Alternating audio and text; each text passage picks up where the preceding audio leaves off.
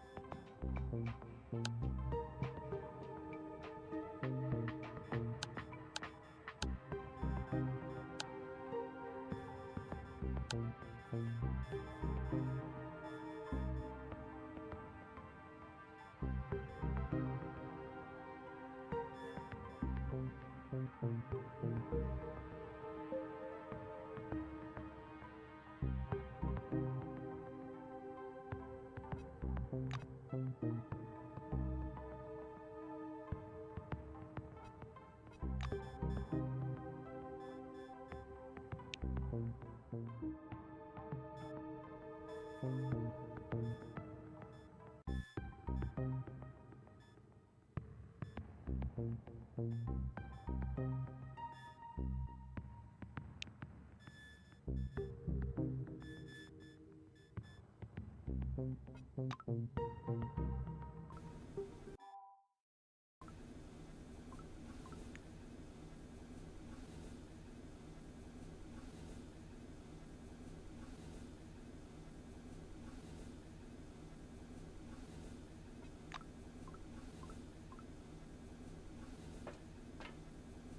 man with a mustache and a blue jumpsuit is standing at the window, studying the construction site below through the occasional break in the clouds.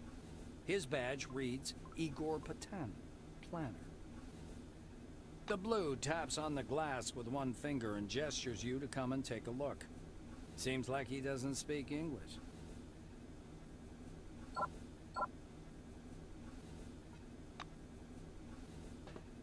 A young, dark-haired woman is staring through the illuminator, her gaze glued to the slowly approaching desert.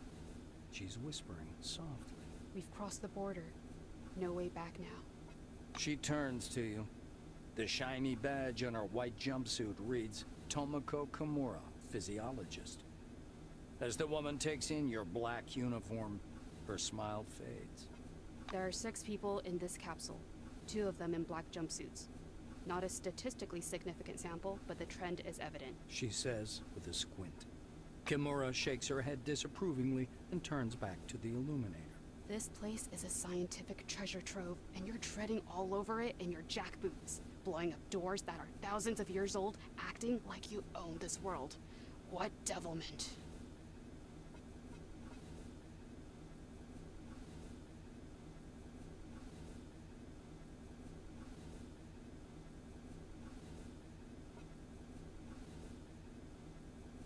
The white's face warps into a derisive grimace.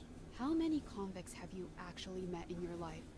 They're human beings, regular, normal people. And you come here convinced they're subhuman, lower class, that they deserve suffering and death instead of the new life under the dome that they were promised. Such a viewpoint makes you more dangerous than any prisoner.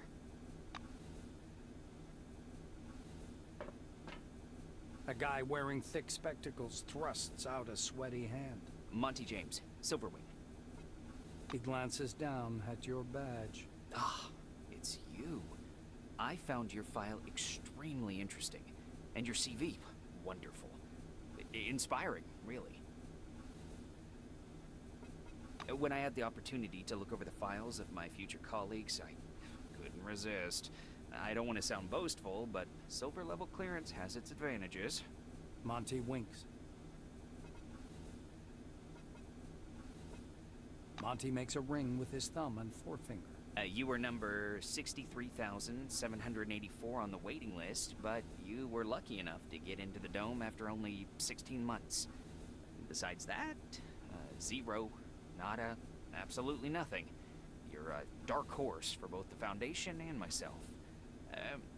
How exactly did you end up in this wing?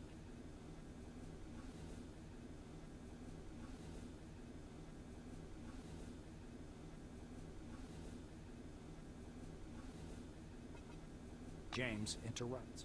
But you know the alien origin theory is just a theory, right? I saw a TV show where the dome was speculated to be the remains of Atlantis. Yeah, that ancient land was said to have been drowned, but many deserts were once seas, so everything fits. That could be the real story, right? An uncomfortable silence rises between you, and Monty abruptly changes the subject. He taps the narrow illuminator panel with one finger. Look, there's a storm rising. The lightning is strange. Green. Should lightning be green? This is my first sandstorm.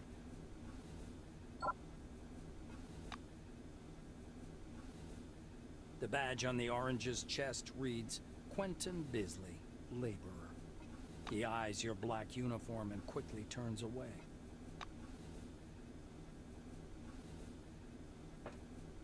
A tall woman is watching an ad playing on the monitor, arms crossed. The polished to a shine badge on her black overalls reads Elsa Olafson, Security Service. She glances at you and offers her hand in a businesslike manner. Greetings. Please take all necessary precautions. By that I mean, don't turn your back on him. Elsa nods at the orange. I just follow orders. Even if his crime was embezzlement, I have to keep him cuffed. Those are the rules. Olison shrugs in a sharp, mechanical way, as if racking the slide of an assault rifle. Our friends from the administration didn't deign to inform me about this man's record. Could be I'm escorting a serial killer. It's corporate policy, you know. She gives the silver a vengeful look.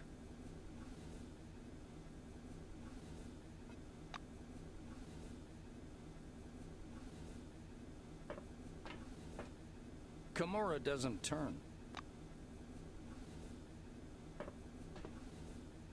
Stopping by the door's porthole, you watch as the ground slowly approaches. It looks brown-black through the tinted glass, and smoky blue at the horizon. It almost seems like the clouds are pulling apart there. You peer into the rusty clouds of dust blowing along a dirt road leading south. The southern sector. Every black winger has heard the whispers about Operation Simoom, a major offensive under preparation since the early days of development of the Dome.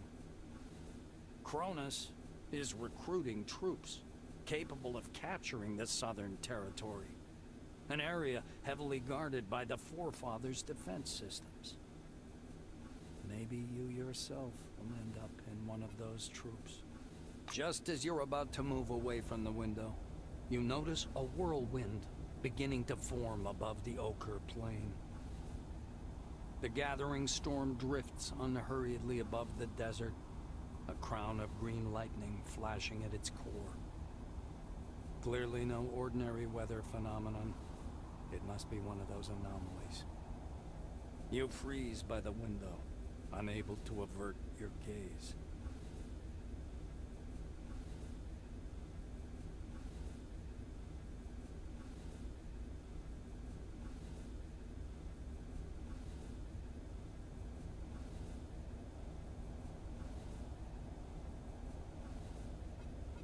The outlines of the landing site, blurred by clouds of dust, appear behind the greenish glass of the porthole.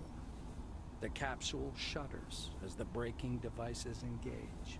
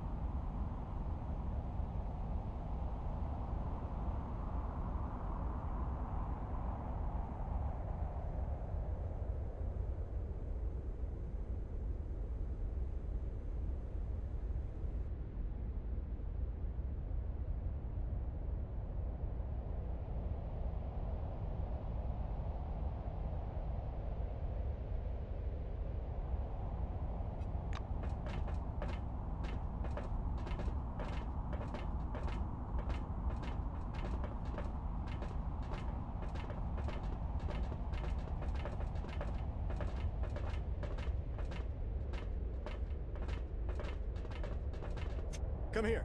Come on now, or you'll miss everything. A cheerful man in a white lab coat grabs you by the sleeve. A badge reading Ludovico Nuzzi, scientific analyst, export department, dangles loosely on his clean uniform, which still smells pungently of washing powder. Look over there. He points upward with a sharp, wide gesture and hands you his field binoculars. You raise the binoculars to your eyes. Under fourfold magnification, the whirling cloud above the rust-colored plains looks even stranger. Its core glows with flickering green light and flashes rhythmically, and that rhythm seems to form a complicated pattern. Nuzzi bends close to your ear. Fascinating. Do you want me to bring some filters? If we intercept the red and blue spectrums, we'll see something amazing. It's like a signal, some kind of message.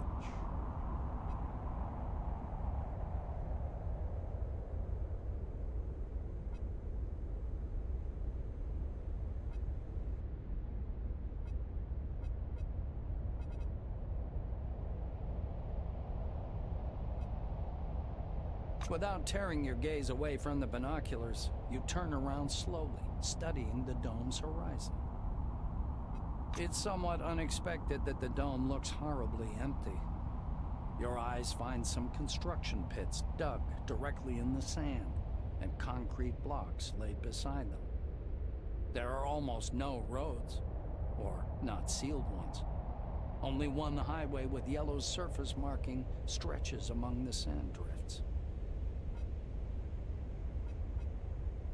The scientist looks blankly at you, then down at his lab coat. Ah, this? This? He lets out a blaring laugh. Ludovico points at the building behind him. I work in Concord Station, categorizing relics. My job is to classify them by rarity. Then the blues package them, silvers issue the documentation, and oranges move them to the cargo capsule. Just like the one you arrived in. Nuzzi points upward. Then the capsule takes the relics way up there, all the way to the spire, then to Crystal Sands by the funicular. They get auctioned off and turned into money. It's not like I endorse this, but we all like ourselves a good paycheck, right? He offers you his binoculars once again. Do you want to have a look at the spire? It's amazing. But then, you can look at the spire anytime. Now that sandstorm, that's what's truly amazing. Nuzzi looks from you to the capsule and to the landing terminal entrance. He flings his arms up. Oh, mi scusi. Excuse me, I'm so sorry. You'd better get going or you'll be late for check-in. Your colleagues are already inside, and the storm is growing stronger. Yeah, the storm is growing stronger. The white mutters in fascination, eyes glued to his binoculars, which is fixed on the spinning whirl of clouds.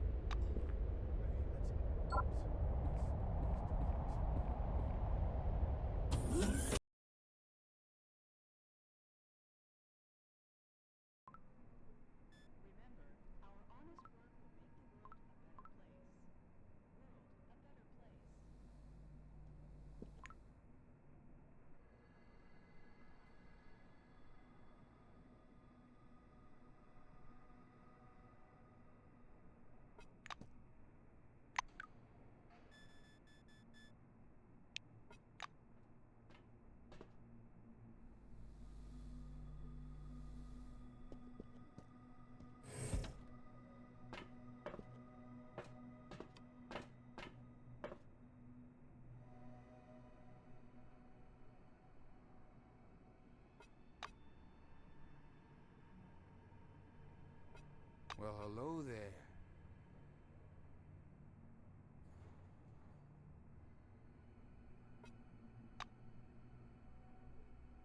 Attention, attention. Please handle relics carefully. In case of damage, your life will be forfeit.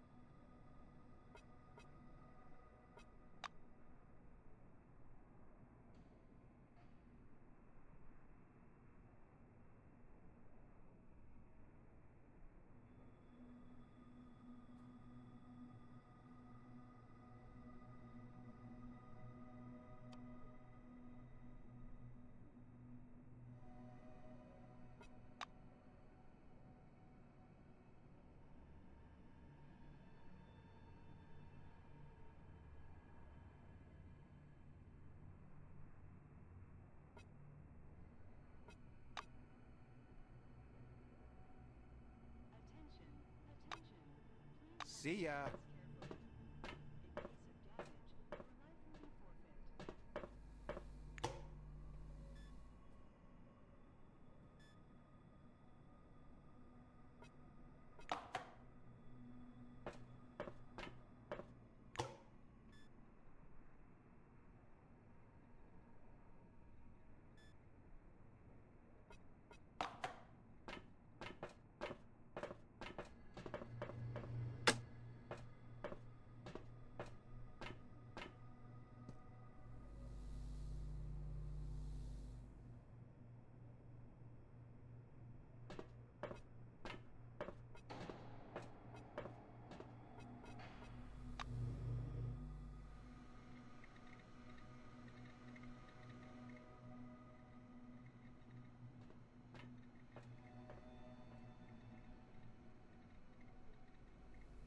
Come on, don't be shy.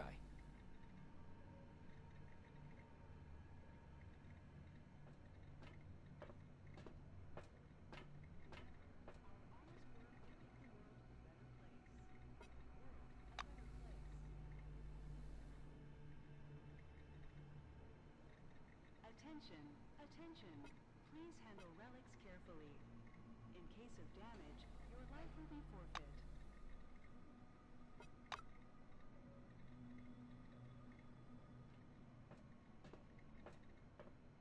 Come back again.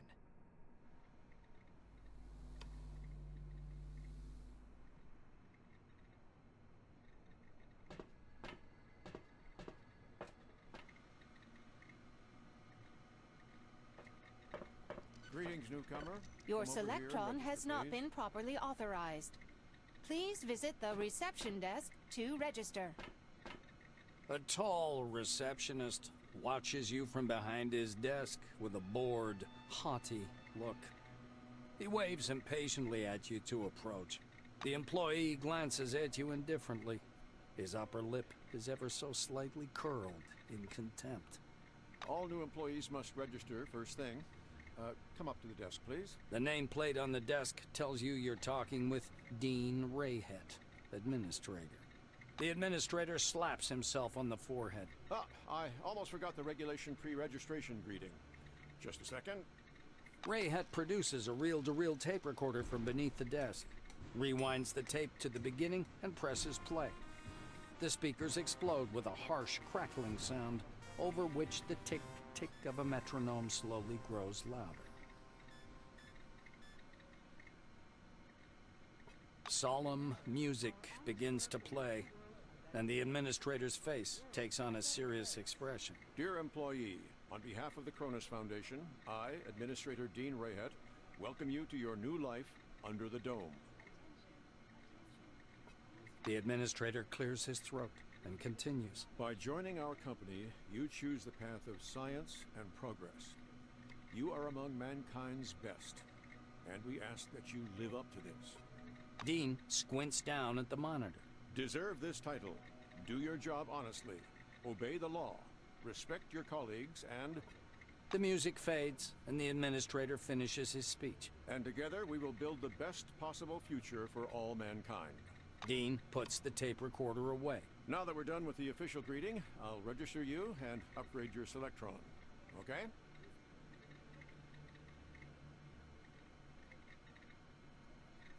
Attention, attention. Please handle relics carefully. In case of damage, your life will be forfeit. Dean frowns, irritated. I'll explain everything once I've got you registered. Dean stabs impatiently at the terminal keyboard. Name and age, please. Dean's hands hover over the keyboard. He gives you a nod.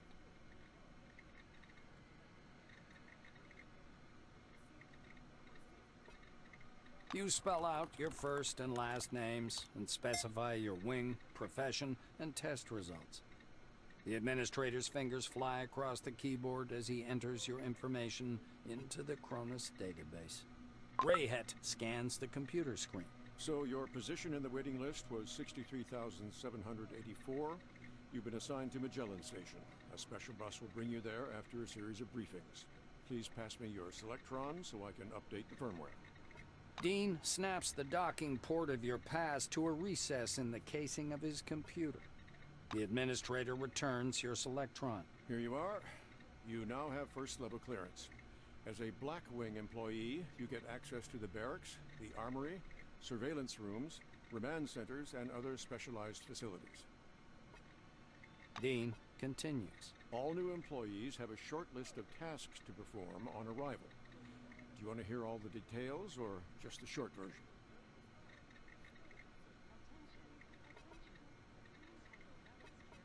Rayhet nods and points at the ceiling. First, you need a set of combat gear. Talk to Sidney Maynard, he'll give you everything. Dean extends his second finger. Second, weapons. Ms. Margarita Takachenko is the clerk at the armory. After she dispenses your firearm, you'll need to head to the training zone for a brief weapons handling exam. The administrator straightens his third finger. According to the latest regulations, all employees must attend a briefing on psi abilities. Apply to instructor Andriy Mihai.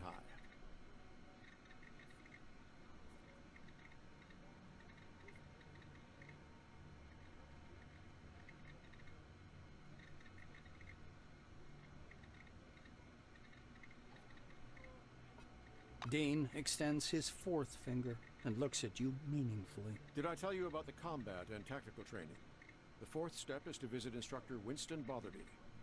And finally, science is the overarching purpose behind everything we do here. Go to Professor Van Alden to learn how to study relics, avoid anomalies, and catalog scientific knowledge. This training is mandatory for all wings, not just White. Dean finishes. Dean catches himself. Oh, and when you're done with your trainings, proceed to the waiting room. From there, you'll travel to Magellan by bus. The administrator looks up at you again. That is all. He reaches for the tape recorder, but thinks better of it. Protocol calls for a little welcoming preamble, but dash it all, that's nonsense. Welcome to Concord Station. As he's about to turn away, Dean suddenly remembers something. Oh yes, I sent your mail to your Kairos. Check your new messages. Well, that's all, I think.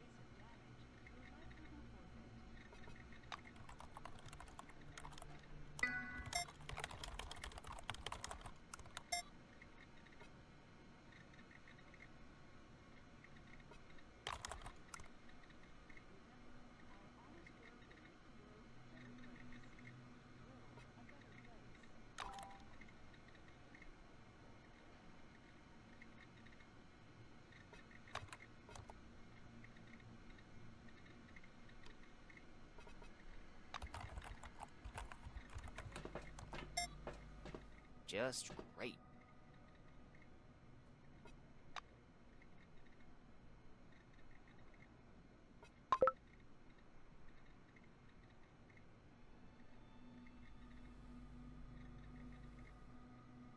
Bye-bye.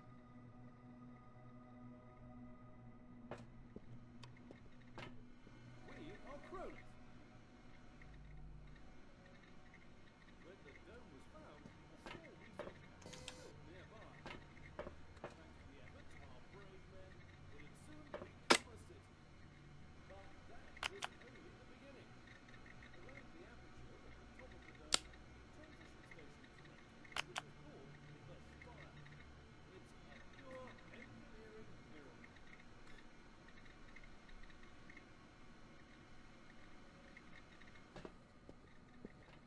Welcome. We are Cronus. How can I help? Your reliable guide to the world of the Please future. handle relics When the carefully. dome was found, In a case of small damage, research camp your was life built will be nearby. forfeit. Thanks to the efforts of our brave men, it had soon become a city. But that was only the beginning. Around the aperture at the top of the dome, a transition station was erected, which was called the Spire. It's a pure engineering miracle. Our honest work will make the world a better place. World a better place. Welcome. We are Cronus, your reliable guide to the world of the future. Attention, When the attention. dome was Please found, handle a small relics research carefully. camp was built In nearby. case of damage, your life Thanks to will the be efforts of our forfeit. brave men, it had soon become a city. But that was only the beginning. Around the aperture at the top of the dome, a transition station was erected, which was called the It was nice Spire. chatting. It's a pure engineering miracle.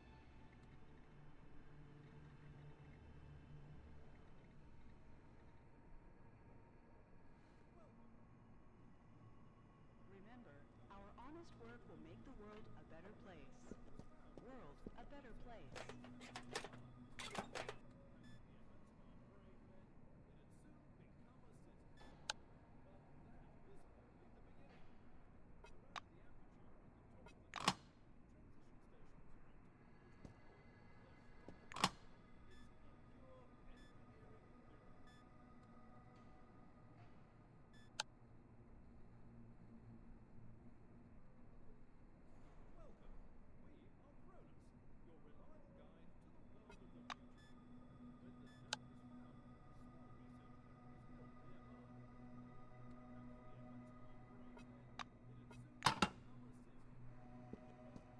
Behind the storage counter, you see a small, neat guy.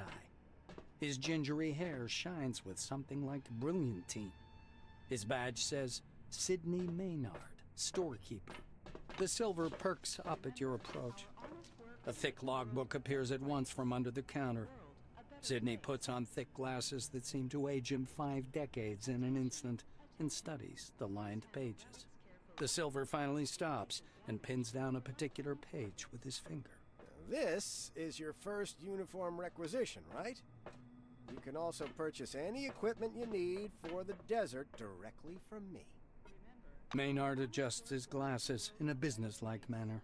And before I give you the uniform, please listen to these short instructions.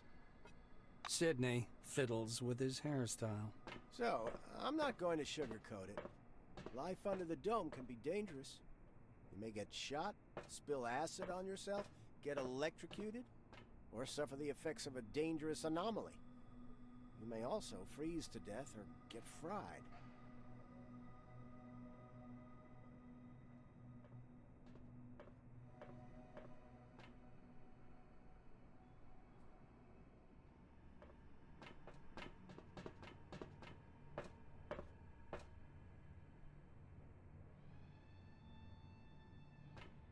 That's why it's important to wear protective equipment when traveling outdoors. Of course, in hazardous situations, the equipment will get damaged, and the more it's damaged, the more often one has to repair it. The silver steps back from his counter to indicate the repair kit boxes piled in the back of the warehouse. He points back at the shelves behind him. We've got repair kits for this gear. There are Blue Wing specialists ready to help you at any large base, of course, but they're not always available. So you'd better learn how to use repair kits and workbenches on your own. It's a useful skill. Sydney rests the logbook on the desk. That's all the instructions. Now, I'm going to issue your uniform. The silver disappears into the back for a while and returns with a small package. Unfolding the package, Maynard shows you a brand spanking new uniform. Standard issue Blackwing equipment, trousers, boots, jacket. Everything is stain resistant and armored. Bear in mind, this gear is made from all natural materials. Oh, Cronus takes care of its employees. He says with a bit of swagger. He raises a finger. One more important thing. In accordance with Order 16-225, helmets and gloves are not issued, but they're available for purchase from me. Please bear in mind that a full set includes headgear or a mask, jacket, trousers, gloves, and boots. Attention, attention. Please handle relics carefully. In case of damage, your life will be forfeit. Sydney hands you the package. Here's your uniform. Enjoy. Sydney adjusts his glasses. Sure, I'll show you what we've got. You know, we're pretty well stocked here in Concord. Sydney scribbles something in his logbook. Please come back anytime if you need something.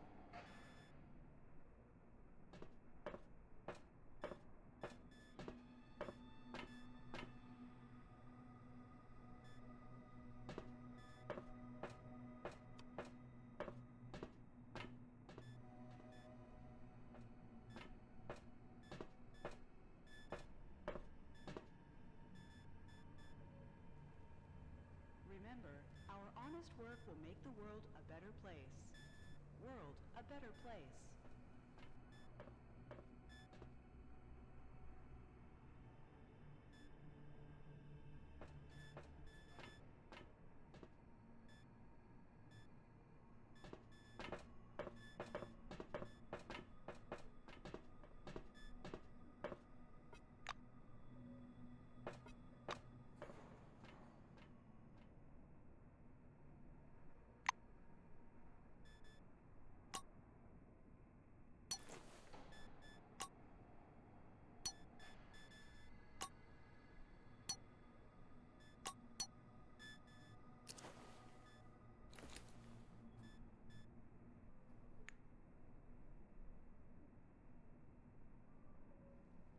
Attention, attention. Please handle relics carefully. In case of damage, your life will be forfeit.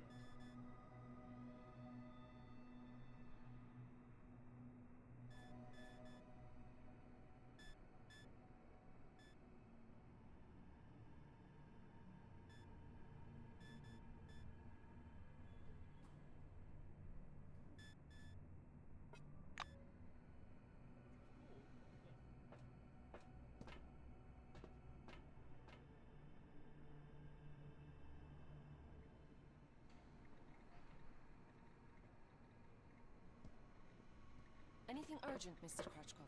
Katarzyna, did you mark it as Class 1 again, instead of 2? Look, here's the scanner data. It says the relic is a scientific device. Wait, but it's still Class 1.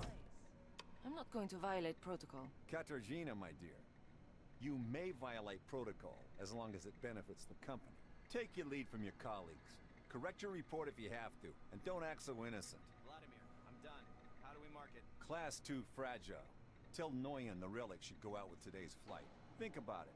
A Class 2 relic will mean a bigger payoff for the company, and that means a bonus in your wages. Categorizing it as Class 2 means access to state-sealed bids. I bet the Brits will buy it. They're always trying to one-up us. All right, Mr. Krachkov. I'll correct my report. Carl, add sealed bids to the marking.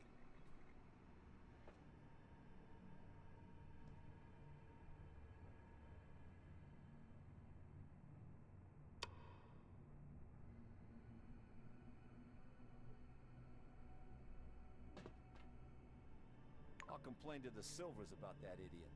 They'll take the appropriate measures.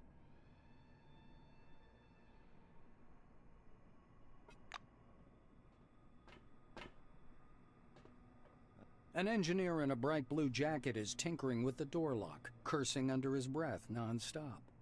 Blowing a curly strand of hair off his forehead, he turns to you. You're a newcomer, right? It's a straight-up open house here today. He offers you his hand. According to his badge, this is Maxim Penkovsky, technician. The technician slaps the door with one hand. You have to wait until I'm done. Some orange jammed up the lock with chewing gum just for a laugh. They're like animals, those oranges, marking their territory. If you ask me, they're too gracious about those bastards in Crystal Sands. Remember, our honest work will make the world a better place. World a better place. Penkovsky grunts angrily. I wish I could. I'm gonna have to disassemble, clean, and reassemble it to get it working. It's work I don't need, and all thanks to some idiot. Maxime extracts a thin, sharp, precision probe from behind his ear and dangles it in front of you. Though there's another way. You want to learn something about picking locks? It's a useful skill in all sorts of situations. He looks at you expectantly. Penkovsky shrugs. Pick this lock specifically as much as you like. But in general, yes, it can be illegal if you try to get in where you shouldn't be, or open other people's lockers. No one will get upset if you touch an ownerless door. Attention, attention. Please handle relics. The Blues getting excited. All right, looky here. Penkovsky presses his pick lock, and an odd device resembling a hybrid of a screwdriver and a can opener into your hand. Using a mechanical pick lock is easy peasy, no special skill required. They wear out after a few locks, while the old-fashioned kind is another thing entirely. Cheap, one use, but one has to know how to use it right. That's a tool for a master. Maxime takes out another pick lock and crouches by the door. He gives you a quick lesson on how to pick a lock. By the way, you can carry your tools in your belt. It's much handier to have them right there. Penkovsky shows you his utility belt, where he keeps all kinds of tools and gadgets.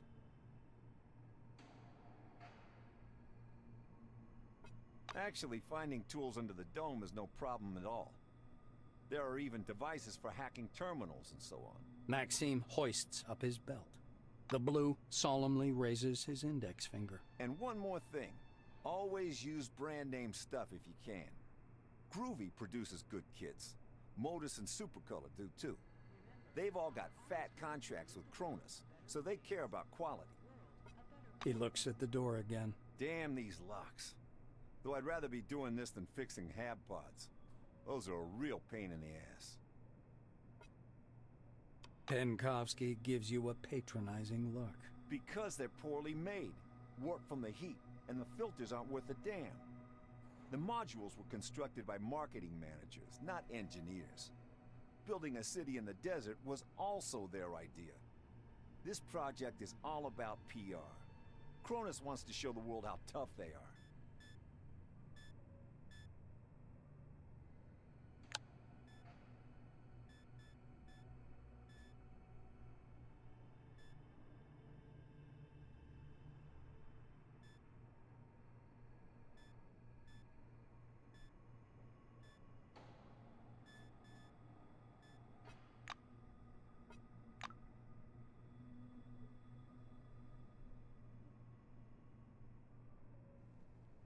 Attention, attention. Please handle relics carefully. In case of damage, your life will be forfeit.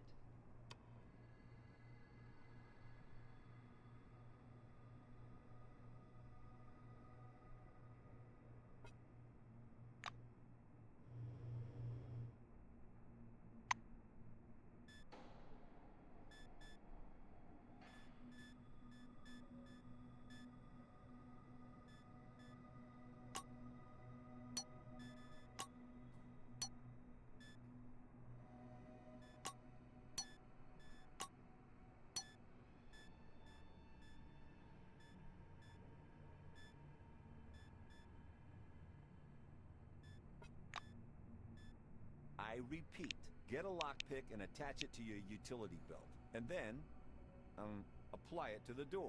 Yes, apply is the proper word.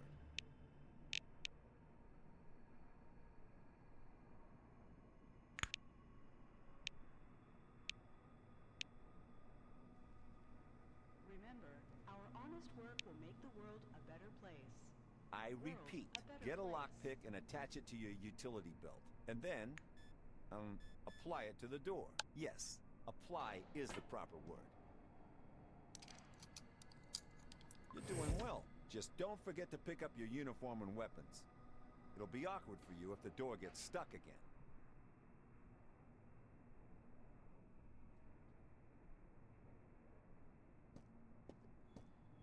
The smell of good tobacco wafts off this tall, portly woman from a meter away. A black lacquered pipe, an open logbook full of signatures, and a metal flip calendar sit on the counter in front of her. A small nameplate reads, Margarita Tkachenko. The woman fixes her coppery hair with one hand and casually lights her pipe. To what do I owe the pleasure? Her voice is deep and gravelly. Margarita thumbs back a couple of pages in her logbook. I see. This was your first receipt. She glances at her Kairos, looks at you, snorts, and retreats to the shelves. A couple of minutes later, Tkachenko returns holding a small pistol. She puts the gun on the counter and strokes the Bakelite grip with a strange affection. Pistols are good. Not for everyone. One needs a special skill set. The black draws the slide with a snap, pops out the magazine with an almost imperceptible movement, and slams it back in place. It's reliable. Has a nice heft, too, so even if it jams, you can always smack him on the head with it. Tkachenko slides the pistol across the counter.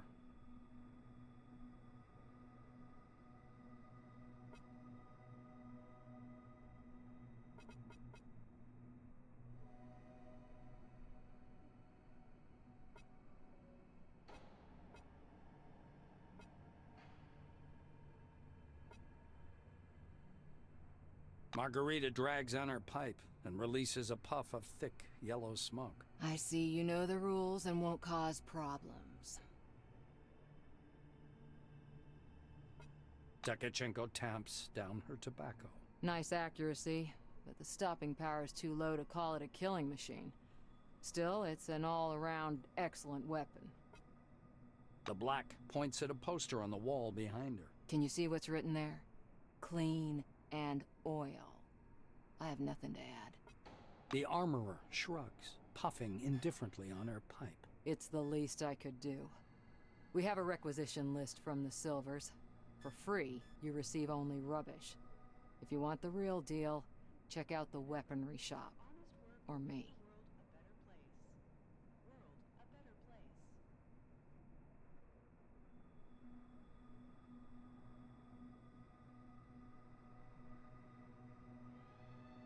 Leaning over the counter, the black points somewhere off to one side.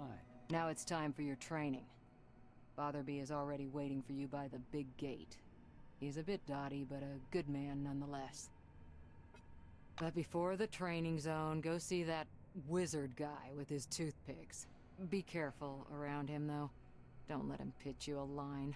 Psychic my ass. She winces in disgust.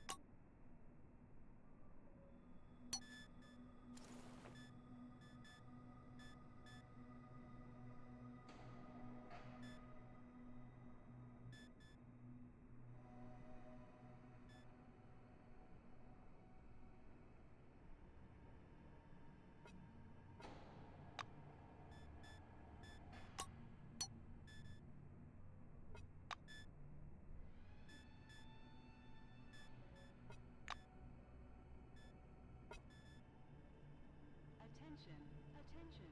Please handle relics carefully. In case of damage, your life will be forfeit.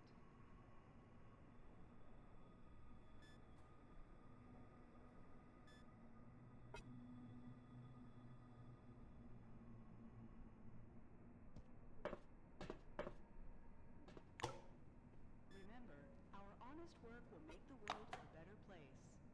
World a better place.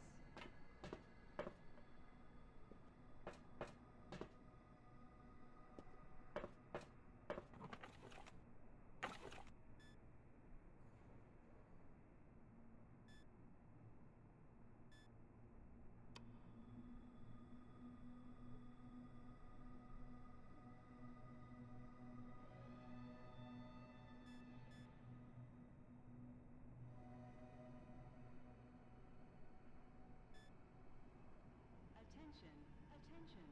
Please handle relics carefully. In case of damage, your life will be forfeit.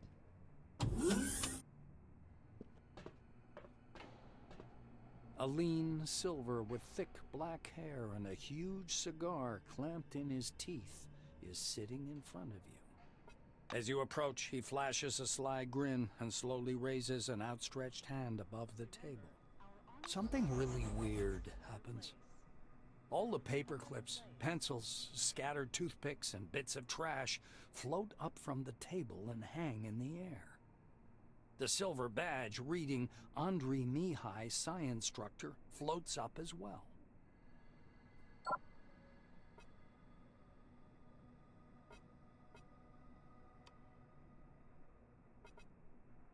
The silver trills with laughter. He approves of your reaction. The objects fall back to the tabletop with a light clatter. Here for the briefing, huh? Shall we get to it? He takes the cigar out of his mouth and exhales a lush cloud of smoke. The silver props his elbows on the table. Anyway, here's the deal. It's more profitable for people with a high psyche to study psionics. Give me your hand. Not waiting for an answer, he grabs your hand with strong, dark fingers. Andrei gropes your hand briefly, then lets go, disappointed. The pills, huh? The anti-migraine, sleeping pills, neuroleptics, downers. What do you mean you don't take them? Well, off you go then. That means no talent, huh? Why waste time? No wasting time now. But alas, regulations demand it, so I'll give you a glove too. Regulations, huh? The silver takes a thin glove covered in talc from his desk and passes it to you. Look, a glove, right? But it isn't just a glove. This is an ooh mama, hold me tight glove. It takes energy from your noggin, your psyche, and pew, concentrates it. He counts off on his fingers. Learn psionics. Put on the glove. Transform energy into the necessary shape. That's the whole briefing. Simple? Simple. Now to your questions, huh?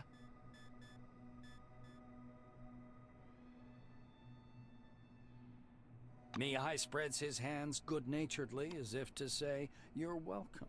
The toothpicks on the table skitter around for a moment, arranging themselves into a curse word. The silver laughs loudly at his joke. The cigar falls from his mouth to float in the air, ash flaking weightlessly from the tip. It doesn't take the psychic long to think of something. A small 2-com bond coin jumps up from the table and an invisible force folds it in half. The ruined coin drops into a glass already almost full of coins in the same state. You don't have to ask him twice. Mihai picks up a light bulb from the table, gripping the base in his hand. The filament begins to glow faintly. Soon enough, it comes to full heat and glows bright orange.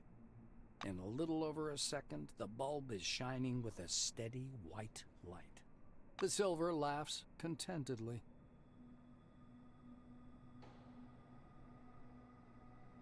In reply, Andrei jumps up from his armchair and thrusts his face close to yours, exhaling foul cigar smoke. Quickly, think of a number, huh? The unexpected question calls a bunch of different numbers to mind, but you can't seem to decide on one.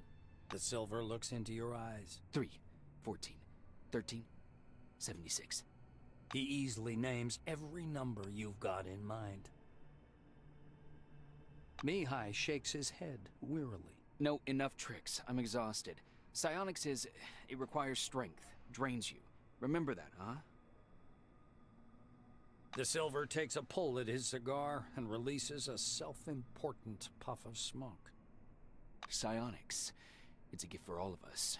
The forefathers took off someplace. Poof, gone. Only the dome remains. And this. Psionics, huh? He rocks back in his armchair, puffing on his cigar. The toothpicks again slowly rise up from the table. Mihai spreads his dark hands. Toothpicks hover around his head in a kind of halo. Scientists say everyone has an organic skill called psyche. You have it, I have it, everyone has it, uh-huh. Big psyche, you got talents. Small psyche, no talents. You'll need to carry a lighter all your life.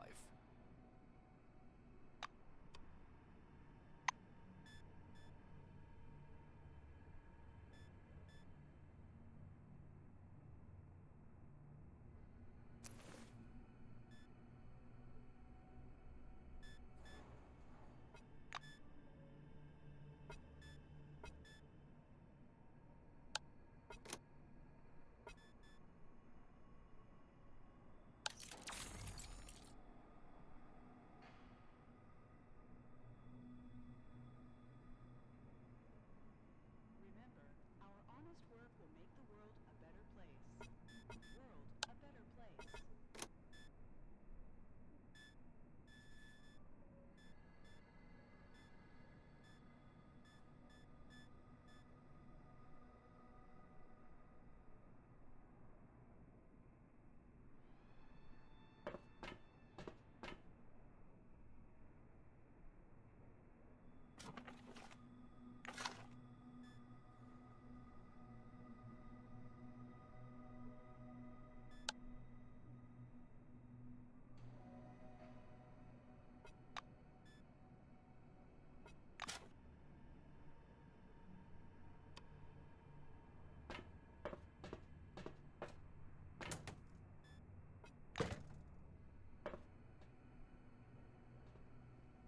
Attention, attention. Please handle relics carefully. In case of damage, your life will be forfeit.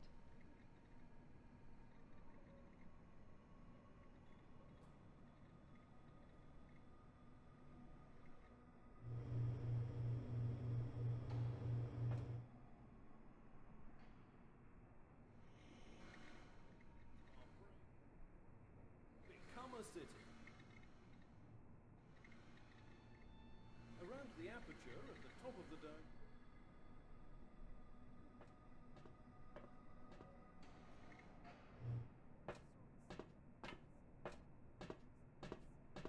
Welcome Under the Dome, an amazing excursion to a world of new technology and the riddles of an ancient civilization. Listen to this information, useful for all wings, and receive a colorful leaflet. Howdy!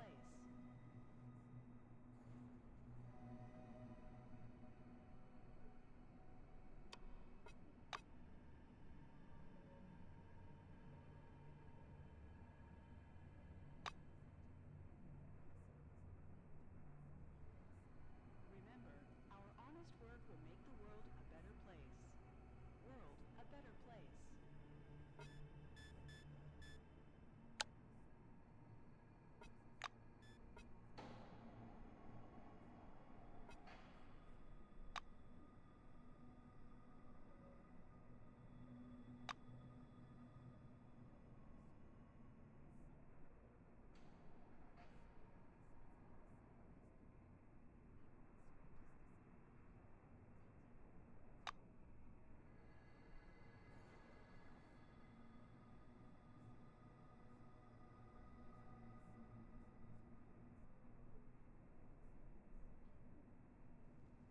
Attention, attention. Please handle relics carefully. In case of damage, your life will be forfeit.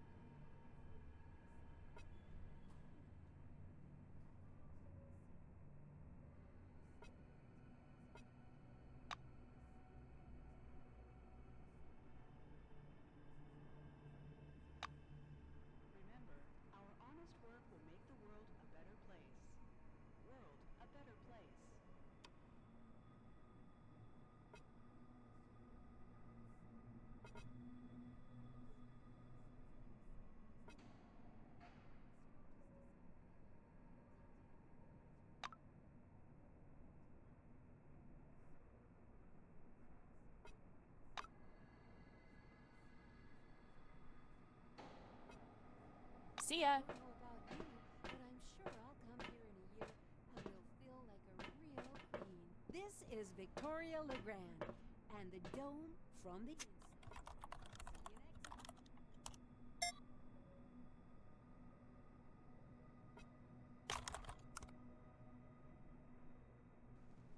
Attention, attention. Please handle relics carefully. In case of damage, your life will be forfeit.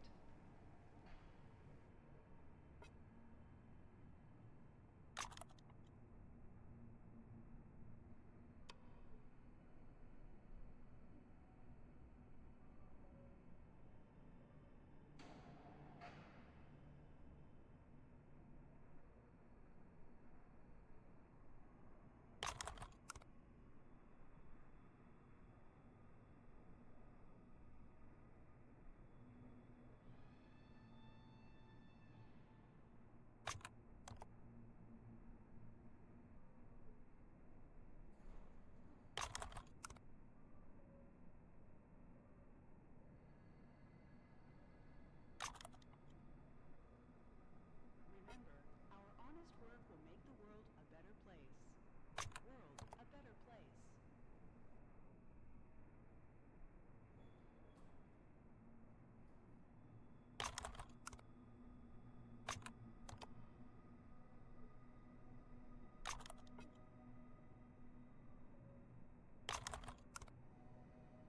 Remember, our honest work will make the world a better place. World a better place. Welcome under the dome, an amazing excursion to a world of new technology and the riddles of an ancient civilization. Listen to this information, useful for all wings, and receive a colorful. Howdy. Attention, attention. Please handle relics carefully. In case of damage, your life will be forfeit.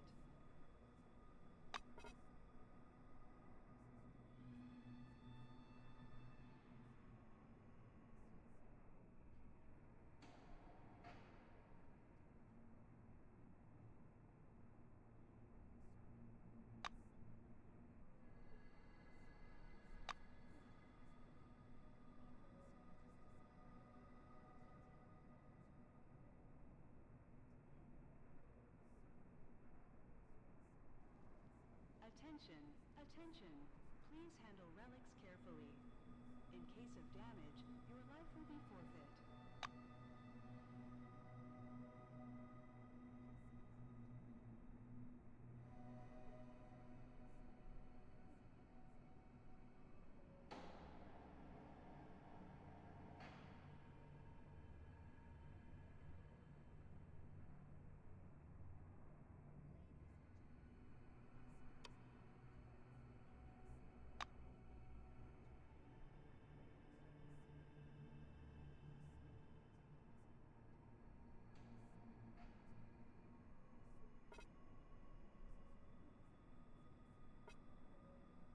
It was nice chatting.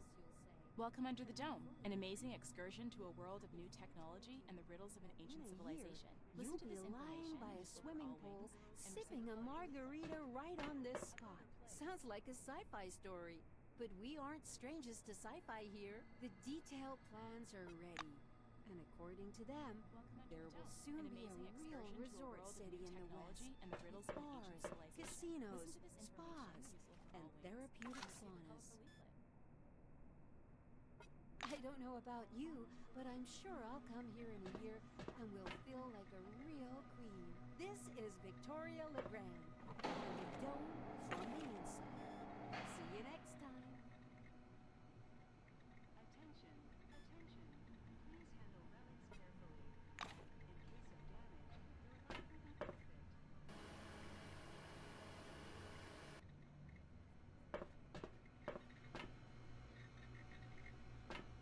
Ladies and gentlemen, this is the dome from the inside with me, Victoria LeGrand.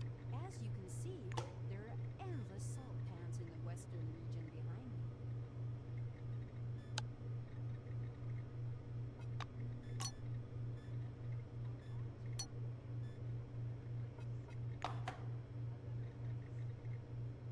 The sun reflects blindingly from the salt, and the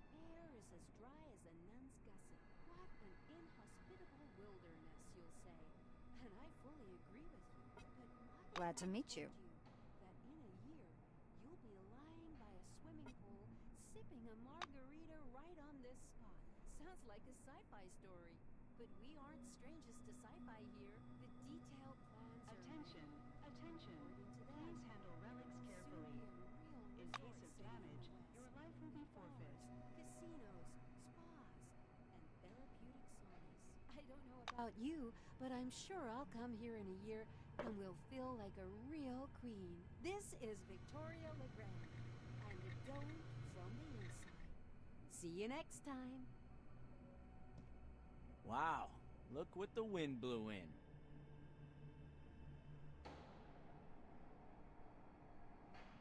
Ladies and gentlemen, this is the dome from the inside with me, Victoria LeGrand. As you can see, there are endless salt pans in the western region behind me. The sun reflects blindingly from the salt, and the air is as dry as a nun's gusset. What an inhospitable wilderness, you'll say. And I fully agree with you.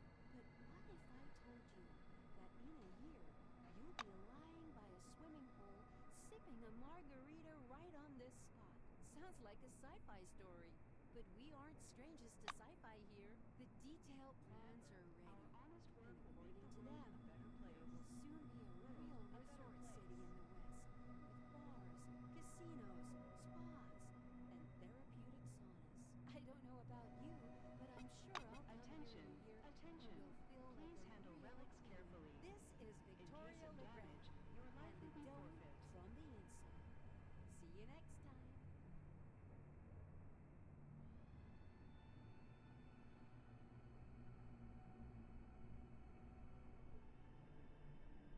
Ladies and gentlemen, this is the dome Attention, from the attention. inside.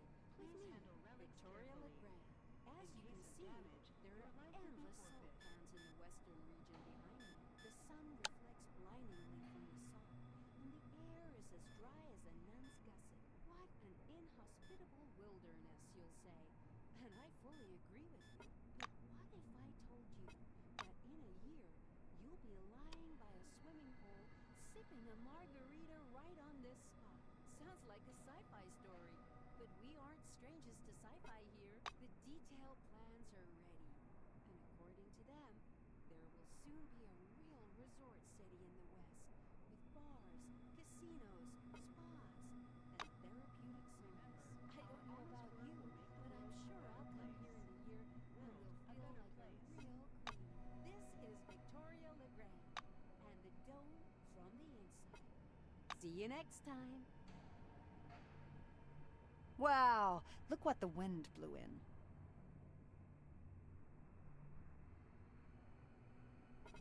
Ladies and gentlemen, this is the dome from the inside with me, Victoria LeGrand. As you can see, there are endless salt pans in the western region behind me. The sun reflects blindingly from the salt, and the air is as dry as a nun's gusset. What an inhospitable wilderness, you'll say. And I fully agree with you. But what if I told you that Attention, in a year attention. you'll be lying Please by a handle swimming relics pool, carefully. sipping a In case of margarita damage, right on your this life spot? will be forfeit. Sounds like a sci-fi story. But we aren't strangers to sci-fi here. The detailed plans are ready. Remember, our honest According work to will them, make the world a there better will soon place. be a real World, resort a city better in the place. West, with bars, casinos, spas. It was nice chatting. and therapeutic saunas. I don't know about you, but I'm sure I'll come here in a year and will feel like a real queen. This is Victoria LeGrand, and the dome from the inside. See you next time. A middle-aged black is sitting behind the counter with his hands in his lap. The buttons and zippers on his uniform are polished to a shine, and even his badge, Winston Botherby, instructor, has been buffed so much it hurts to look at it. Botherby frowns as you approach. Your first act is being late for the briefing. You going to be late for your funeral as well?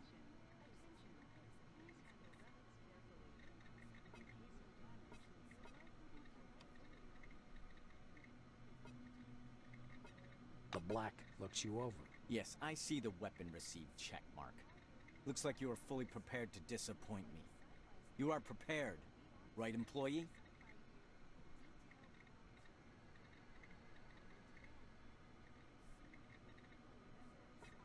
Botherby leans over the counter and directs you to the doors. Behind this door is a combat simulation computer.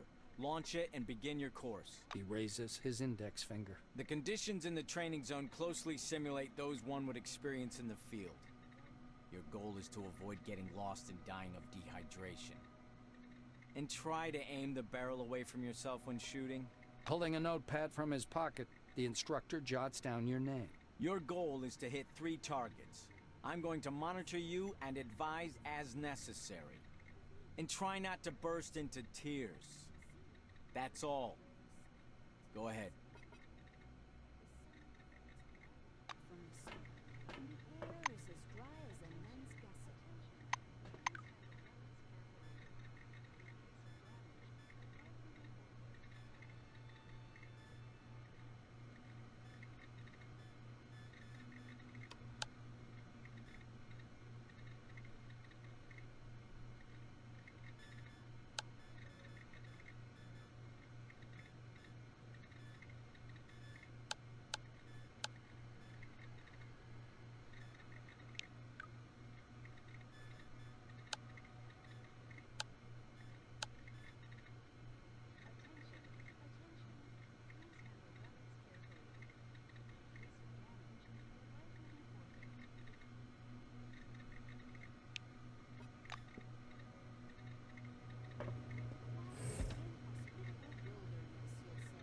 And I fully agree with you.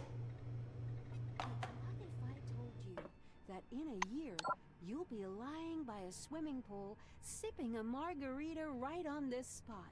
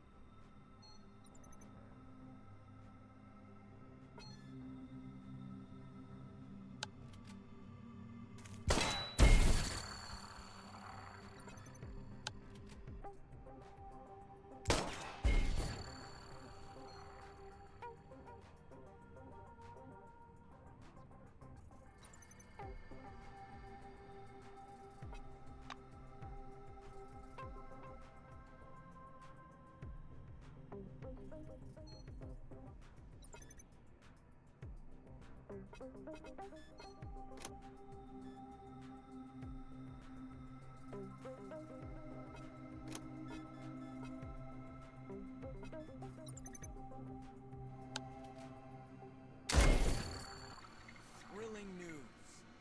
You aren't completely hopeless.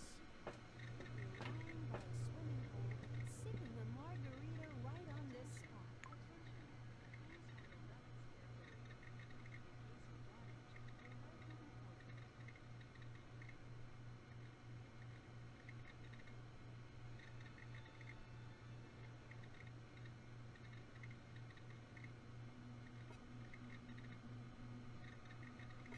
Sounds like a sci-fi story, but we aren't strangers to sci-fi here. The detailed plans are ready, and according to them, there will soon be a real resort city in the west, with bars, casinos, spas, and therapeutic saunas.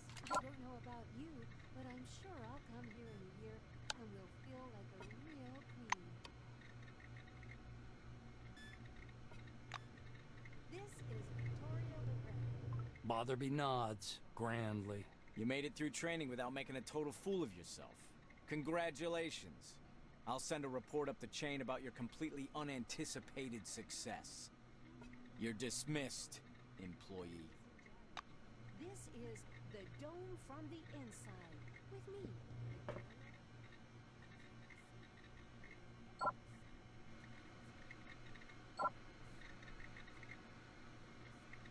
Why is a nun's gusset?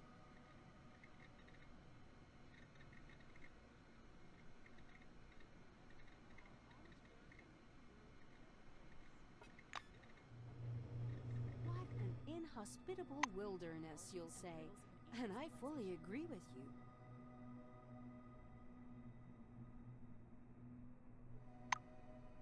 Remember, our honest work will make the world a better place. World a better place.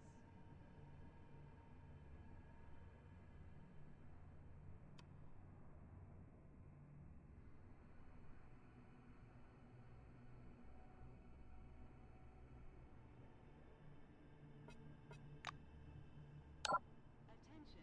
But what if I told you that Whistle in for a all year, wings and receive a you'll be colorful lying leaflet. by a swimming pool, sipping a margarita right on this spot.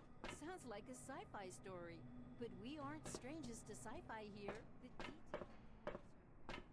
Welcome under the dome, an amazing excursion to a world of new technology. You see a tall scientist in a white lab coat, bathed in the dim lamplight. He almost appears to be hovering above the laboratory floor. The man turns at your footsteps. He's holding a paper clipboard and a pencil. His shimmering silver badge reads Sebastian Van Olden. He glances from you to the glittering watch on his wrist. I want us to respect one another's time. Please speak loudly, clearly, and to the point. You must be the newcomer I was told about. Nice to meet you. Finished with his unusual greeting, he offers you his thin hand. The scientist puts the clipboard aside, raises his watch for a closer look, and sets the timer. Attention. Attention. He shows you Please his handle watch relics dial. carefully. According to the rules of this briefing, I have to touch on a large number of topics. Therefore, I will do so very briefly. Do not interrupt me. When I'm finished, I'll answer your questions. Within regulations, of course. Sebastian produces his handheld and clicks some buttons. I checked your scanner. It's working and is connected to the Minerva database. Everything you scan will earn you Chronos or Forefathers knowledge points. The instructor watches you with displeasure. Are you listening? Scan everything that might be of scientific interest. First of all, anomalies. They could be dangerous. Make sure to always have medication with you. He places a canvas pouch in your hand. This pouch is full of bolts. You can temporarily discharge an anomaly by throwing a bolt into it. It's primitive, but reliable. Van Olden pushes a button on his stopwatch. So, my oral briefing fell within the allotted span of time. Any questions you want to ask me? Remember, our honest work will make Sebastian snorts skeptically. Oh, great. You're even ignorant of the basics. Minerva is a mainframe located at Magellan Base, where you'll be going soon, by the way. The Minerva disk stores the database containing every piece of information about the Dome and the company's employees. It is thanks to this scanning that the database is constantly updated. Are you ready for the second part of the briefing, or do you have any more questions? The instructor looks at his chronometer again.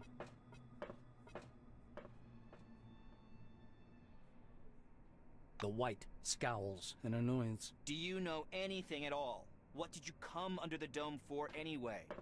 You get knowledge points for scanning objects. For scanning anomalies and relics, you receive Forefather points.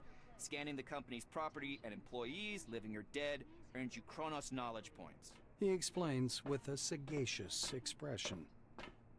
You can exchange knowledge points for medication and equipment as part of the volunteer research program. Are you ready for the next part? The clock is ticking. The instructor taps his watch meaningfully.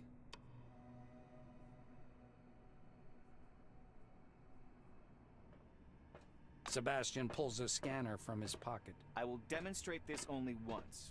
To switch on the scanner, press the button on the right side of the manipulator housing. The scanning beam is narrow. It's intended to focus on one object at a time. Van Olden turns on the scanner and continues. My advice is to scan anything that might be of scientific or statistical interest. Relics, Forefathers' objects, automatic doors, vehicles, vending machines, deceased employees. He turns the screen so you can see it. The scanner automatically transmits data to the Minerva system, and you receive knowledge points. Do you have any questions, or can we proceed to the practical part of our briefing?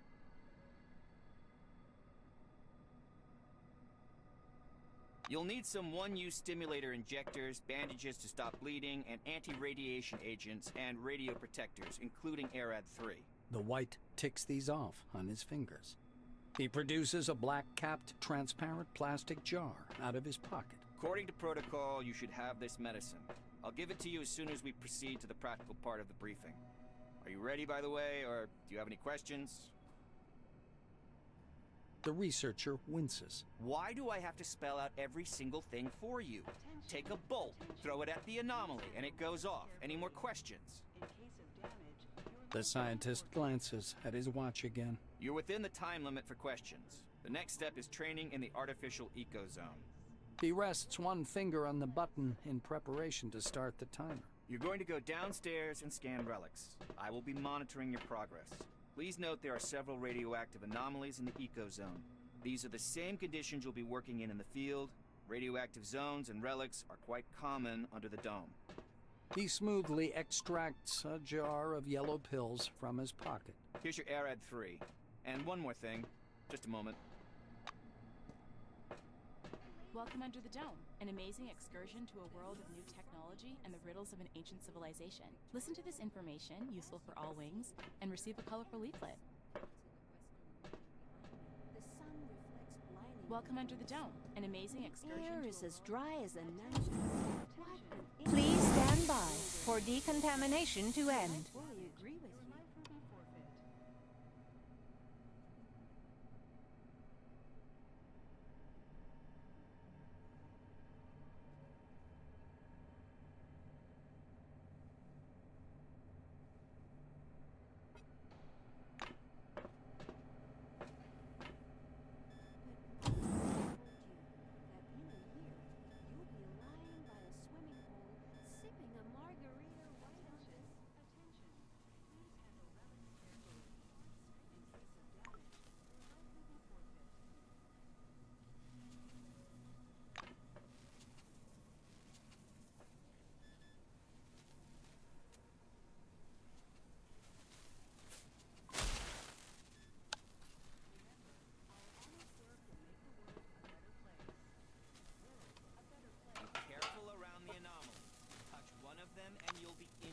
Toss a bolt at the anomaly to discharge it.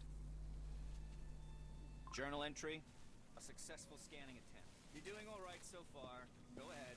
I'll keep an eye on you and make sure you don't screw it up.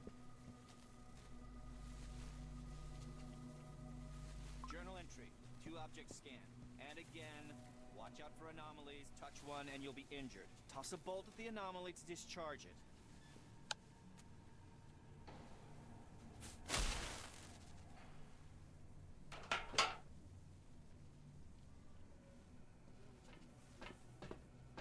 Attention, attention. Please handle relics carefully. In case of damage, your life will be forfeit.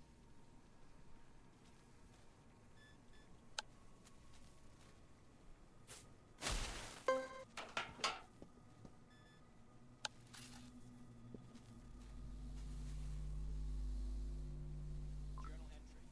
All 3 objects successfully scanned. Come upstairs, employee.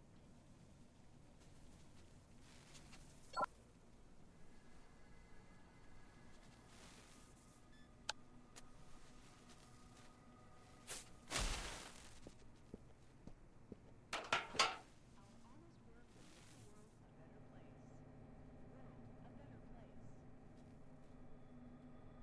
place. Ladies and gentlemen, this is the dome from the... Sebastian meets you on the platform. Your finishing time is within the acceptable range.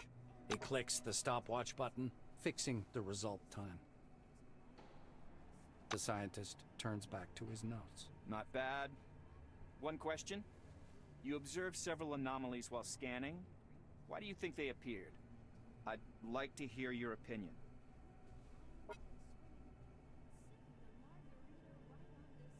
Attention, attention. Please The scientist assumes a superior expression. I knew you'd come up with something like that. I see you understand nothing about the nature of anomalies. So let me add a couple of points. He glances at the shimmering blue light in the eco zone. The truth is, we don't know the precise reason for these phenomenon either. We actually know nothing, no matter how much we try to convince ourselves otherwise. Sebastian points a thin finger at the clustered lightning. I personally believe that the anomalies are the dome's security mechanism. The ones you saw are relatively harmless, but there are different anomalies in the desert, phenomenon that toy with the human mind. Van Olden clasps his hands behind his back. I know you don't care, but I'll say it anyway. Scientists today are required to be wonder workers who can heal cancer with a wave of their hand and solve the secrets of the universe during their coffee break. For some reason, no one wants to understand that fundamental science is always an investment in the future. It produces no answers here and now. in case of damage, your life will The White's gaze strays back to his clipboard. If something terrible happens under the dome one day, and I'm sure it will, science will protect no one. That is all. Off you go. According to them, there will soon be a real resort city in the west, with bars, casinos, spas, and therapeutic saunas.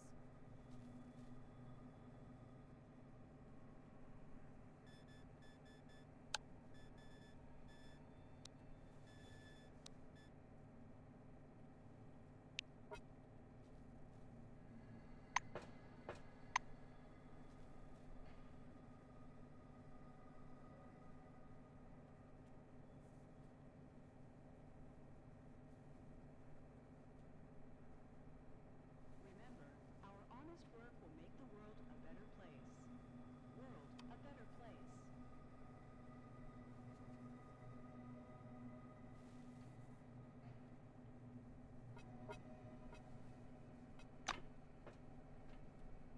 Welcome under the dome.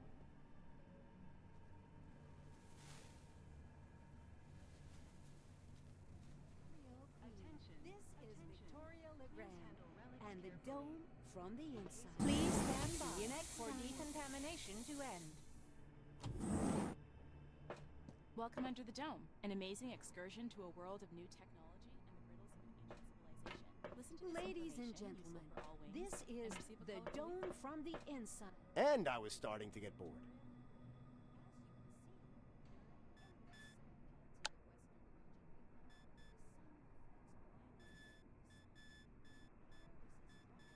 Remember, our honest work will make the world a better place. World a better place. Attention, attention. Please handle relics carefully. In case of damage, I hope to see you again soon. We aren't strangers to sci-fi here. The detailed plans are ready, and according to them, Welcome Under the Dome, an amazing excursion to a world of new technology and the riddles of an ancient civilization. Listen to this information, useful for all wings, and receive a colorful leaflet.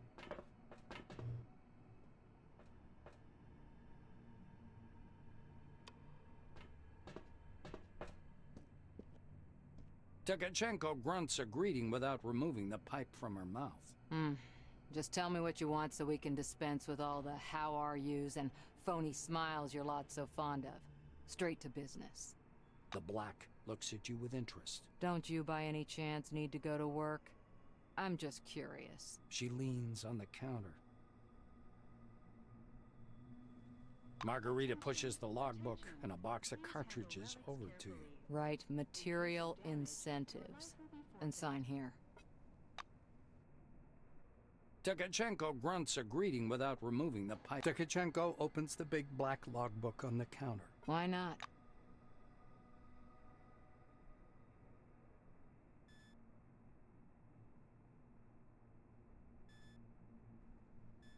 Remember, our honest work will make the world a better place. World a better place.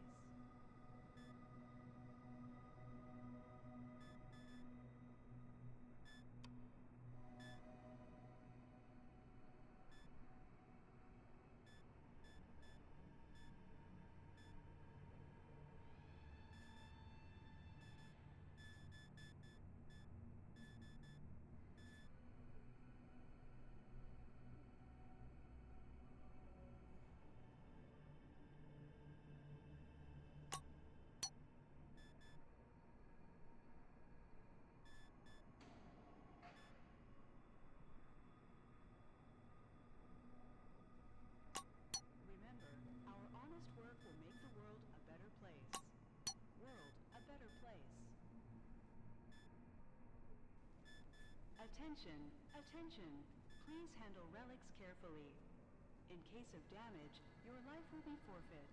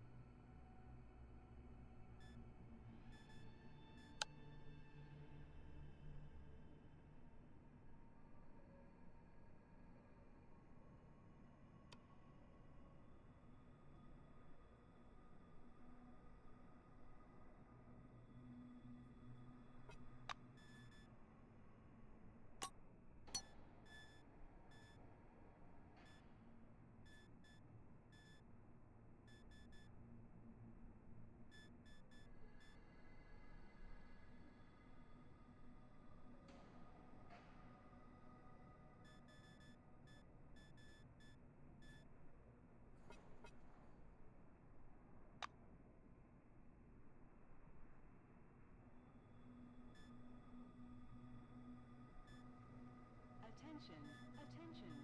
Please handle relics carefully. In case of damage, your life will be forfeit.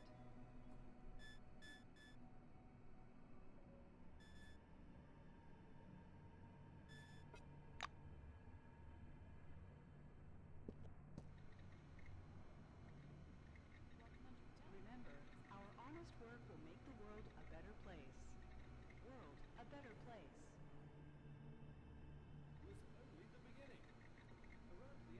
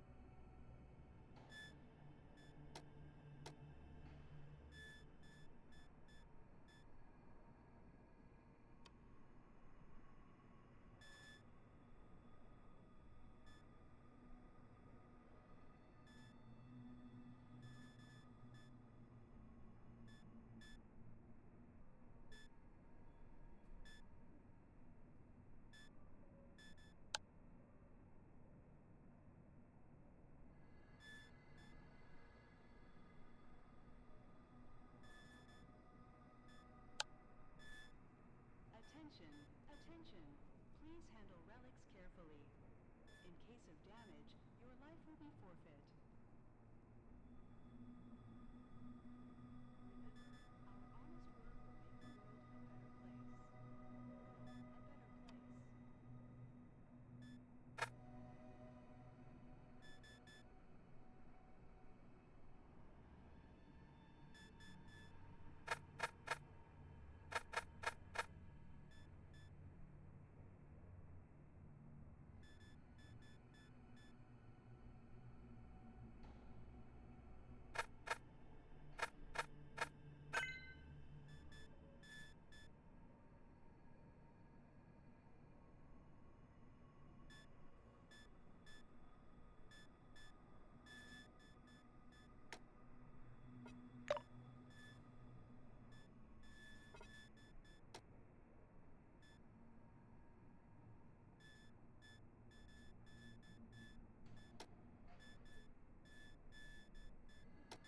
better place.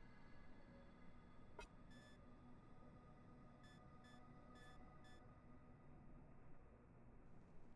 Attention, attention. Please handle relics carefully. In case of damage, your life will be forfeit.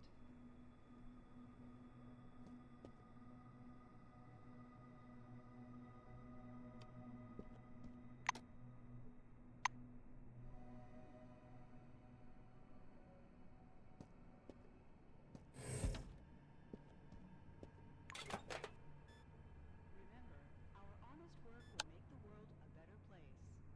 World a better place.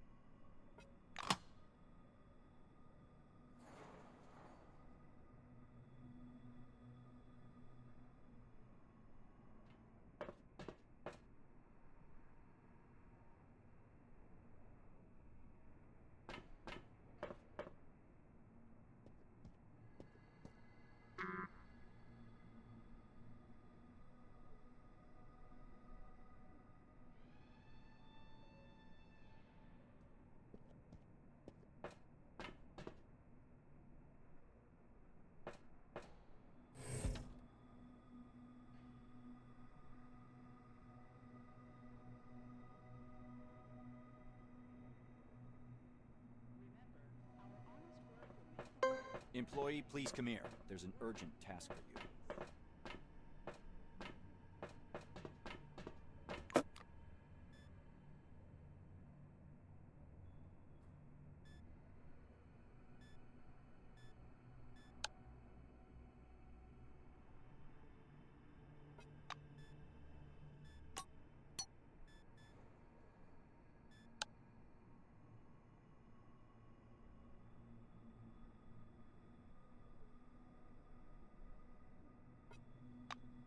Attention, attention.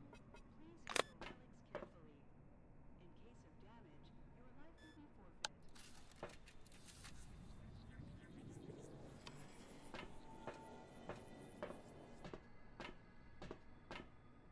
How can I help?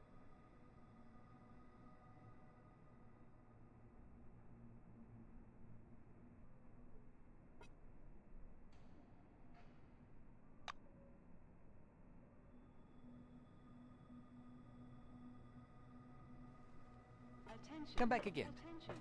Please handle relics carefully. In case of damage, your life will be forfeit. How can I help?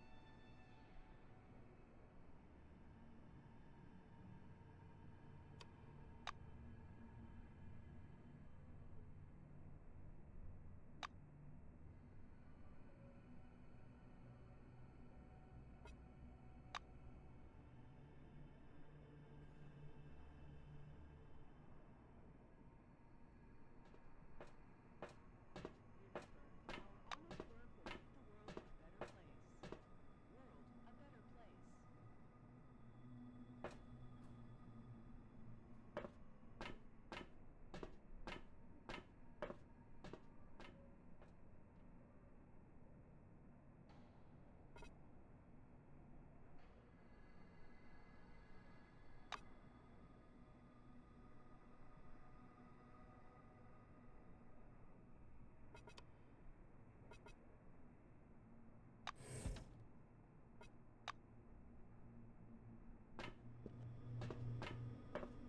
Glad to meet you.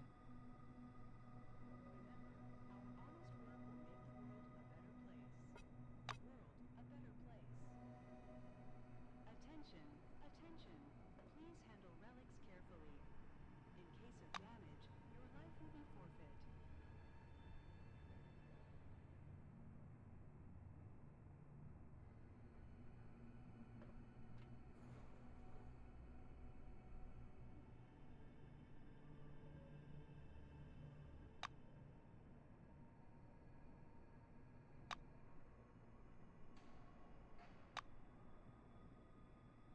Have a good one.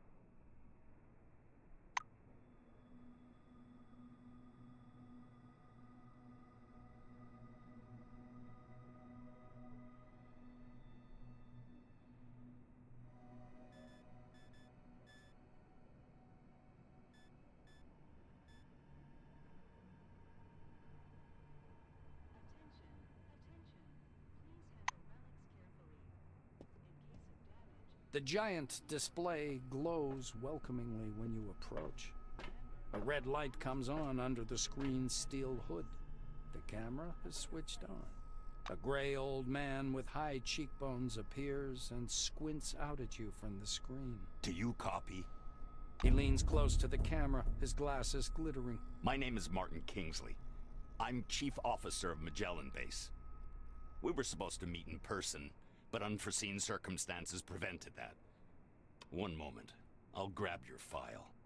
He reaches for something out of view and produces a thin folder with your name on the cover. Apparently, your file. Kingsley opens the folder to thumb through the pages. He marks one of the pages with a pencil. Why did you choose Blackwing? There are other divisions in the corporation you could have worked in. Kingsley's waiting for your answer.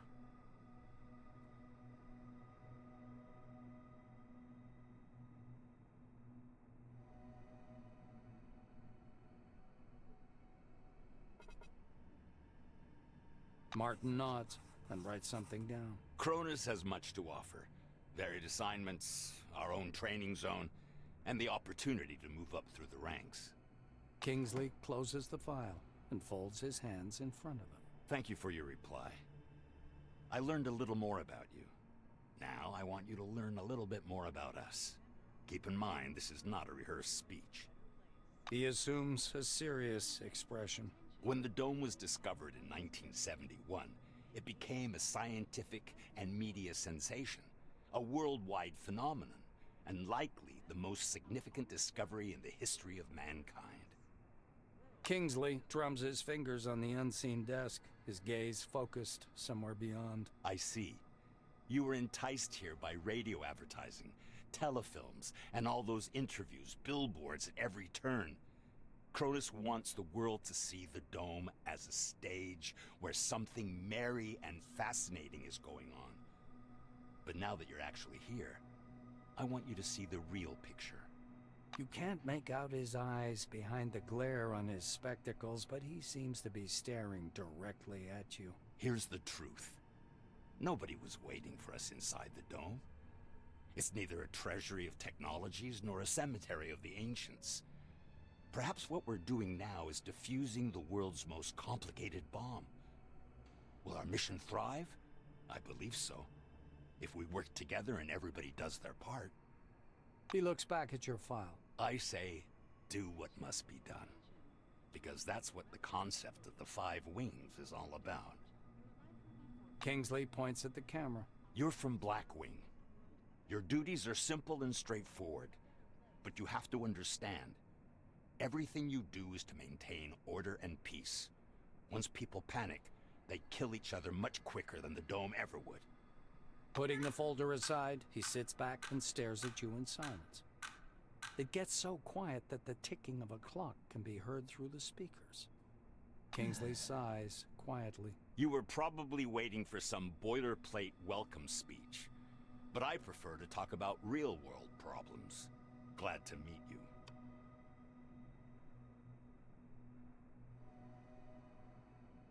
Martin nods slowly. I apologize once again for this long-distance meeting. Now, as we don't have much time, I'd like to get to the point. I'm sure you're curious why you were taking off the bus to Magellan and brought here instead. He moves closer to the camera. I'm going to show you a short video. Please pay attention. Kingsley's face freezes on screen. I have an urgent mission for an employee of your background and qualifications. I'd have assigned someone from Magellan, but I'm short on personnel. That's why it has to be a newcomer. I apologize again for the rush, but it seems I have no choice. Martin noisily clears his throat. Maybe you've heard about Nashville Base. While preparing the materials for this mission, I came across a short documentary film about the complex. I think you should watch it. The speakers produce a hollow click. Purple, gray, and black spots flicker on the screen. A blurred title, The Cronus Archive 1971 to 1974, was used in the production of this recording, appears at the bottom. The shadow of an airplane flies across a faded yellow desert. A cheery voice fills the room. Every day, our researchers uncover more and more of the dome's secrets. There is no doubt the underground structures, so-called objects, are organized according to some pattern. Though early on, the importance of the relics to scientific research was considered insignificant. The desert dims into the black of a chalkboard. White lines drawn by an invisible hand begin to sketch a schematic of the dome. The narrator continues. By 1972, however, many important discoveries had come to light in a period of only a few months, and the construction of stationary research bases adjacent to the more promising objects began. Personnel moved into Ankara in May of 1972, and within half a year, Boston and Dessau were also brought into service, though the biggest discovery was yet to come. The picture changes to a chasm suffused with electric light, people bustling about everywhere. The speaker's voice seems to come from a distance. In November of 1973, a massive network of underground caves and a structure of hitherto unseen complexity was discovered in Sector C-12. Soon afterwards, the construction of C-12 Nashville began. The camera glides through dim caverns as the silhouettes of bizarre mechanisms emerge. Metal structures loom up from the dark, surrounded by earth-moving machines and exhausted miners wearing orange jumpsuits. The speaker continues. C-12 Nashville is an innovative research complex located atop the primary relic mining location. The complexity of this object is unique. Communications. The film abruptly cuts out, and Kingsley's face reappears. The rest of this information is classified. Hopefully you get the main idea. Nashville is a very special place, requiring people with both special qualifications and special clearance level, though yours will do for your task. Martin adjusts his glasses. So, the task. Nashville Base stopped transmitting and receiving signals yesterday evening. A reconnaissance group was sent out earlier today, but we haven't heard anything from them yet either. The chief officer rubs his forehead. Normally, I would never give this task to a newcomer like yourself, but I just don't have enough people. He looks down at the documents again. Furthermore, the group was lacking someone with your specialization. I decided that a visit to an established base like Nashville didn't require an armed escort. That may have been a big mistake. Kingsley is looking into the camera once more. Your task is to get to Nashville, figure out whatever's behind the communication problem, get in touch with the group, and work with them to solve the problem. The chief officer carefully returns the documents to the folder. You notice his hands tremble slightly. Go downstairs. The truck must be waiting for you in storage. This task is urgent, but a small delay is acceptable if there's anything you need to settle here first. That is all. Any questions?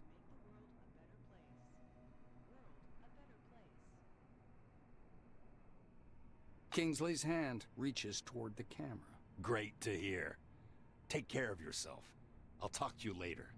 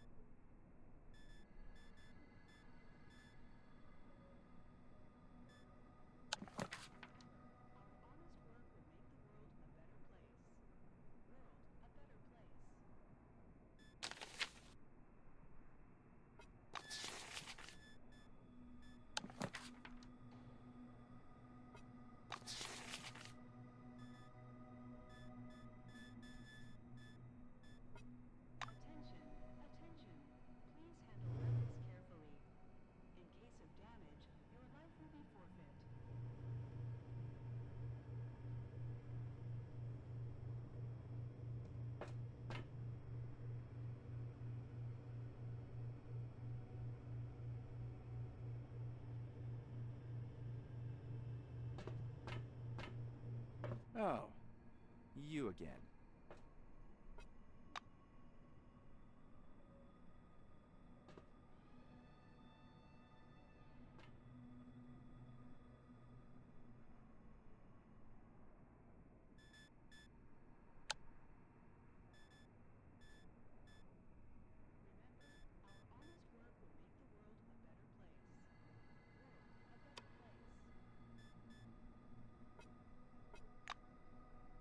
Come back again.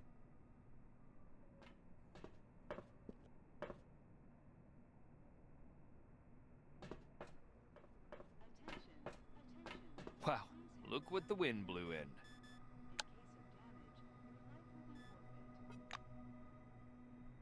Come back again.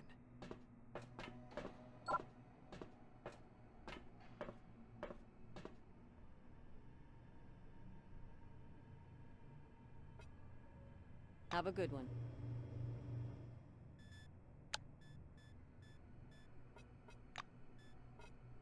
Have a good one.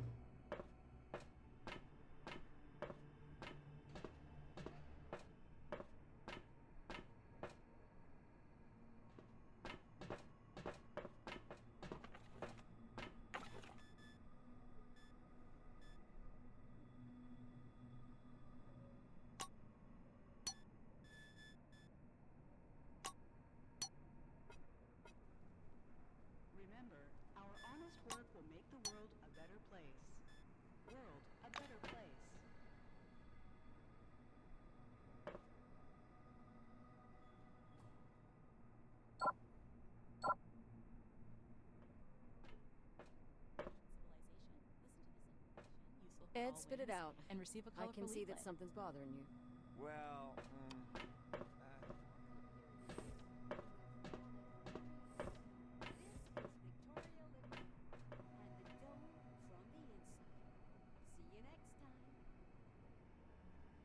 Attention. Welcome under the dome, an amazing excursion to a world of new technology. In case of damage, your life will be forfeit. Ladies and gentlemen, don't.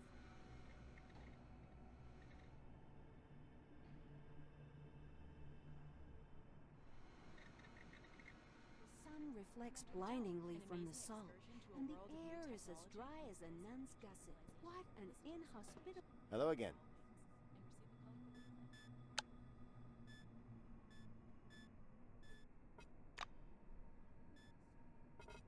Bye-bye. Margarita right on this spot. Sounds like a sci-fi story, but we aren't strangers to sci-fi. Winston's leather boots creak rhythmically as he paces back and forth in his office.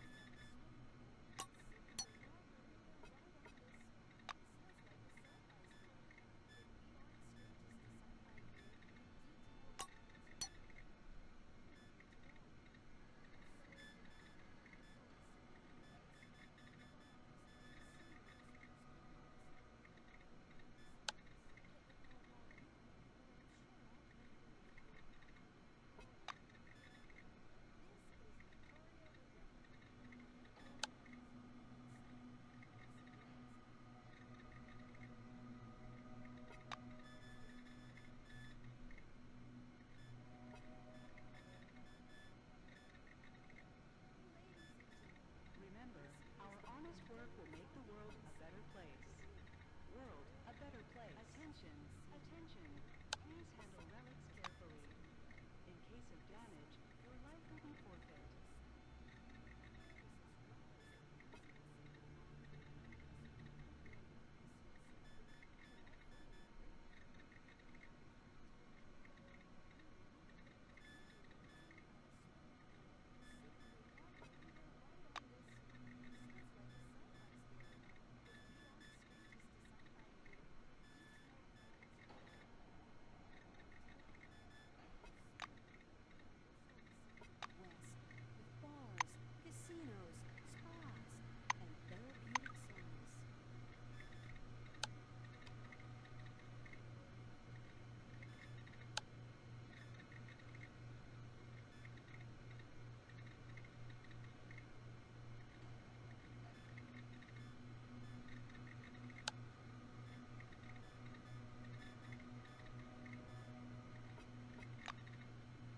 I don't know about you, but I'm sure I'll come here in a year and you'll feel like a real queen.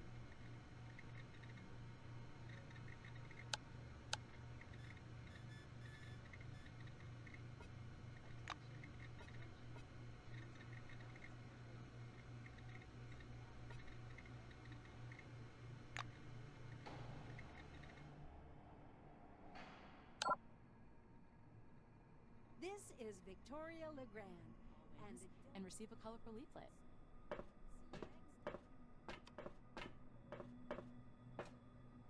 Welcome under the dome, an amazing excursion to a world of new technology and the riddles of an ancient civilization. Listen. Wow. Variable wavelength. Maybe it's a reaction to the scanner?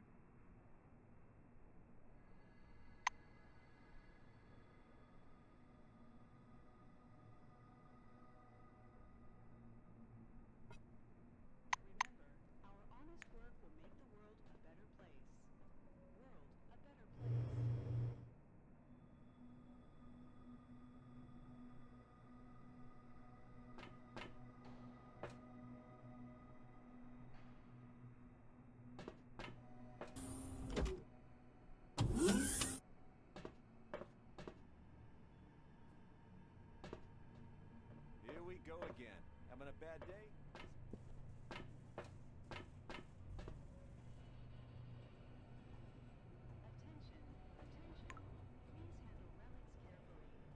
Please handle relics carefully. In case of damage, your life will be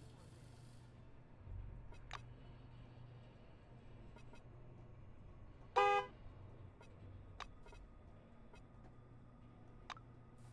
He wants. Always manifests. You're a cold man, Ulf. You're heartless. Hey, did you see that storm? Hell, you want me to go back out there? Those are the rules, Todd. Nothing I can do about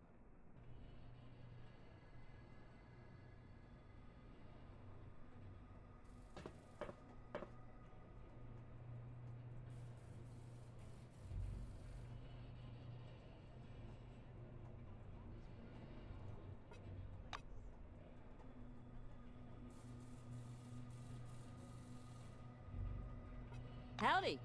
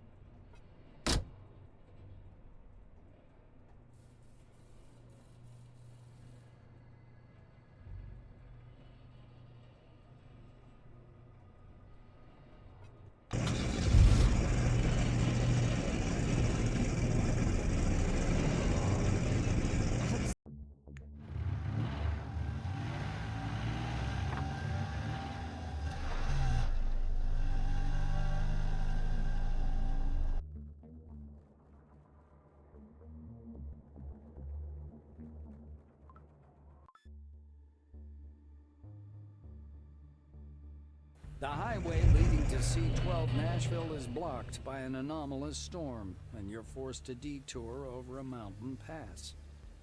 Soon, the radiator boils over, and you have to stop. Clara lifts up the hood and thoroughly examines the steaming radiator. The engine's boiling, so we'll have to wait.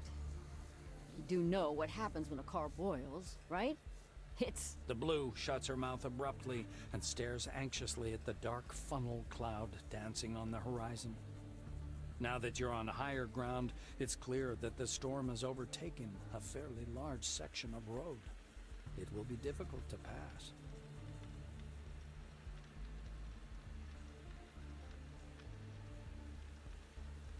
The Blue looks at the engine again. We wait. As soon as it cools down, we'll go. This storm worries me more, but it's not an insurmountable problem. I heard there are some relics at the local gas station that protect against anomalies. You could even accidentally step on one out here, they say. Mysterious are the ways of the Lord.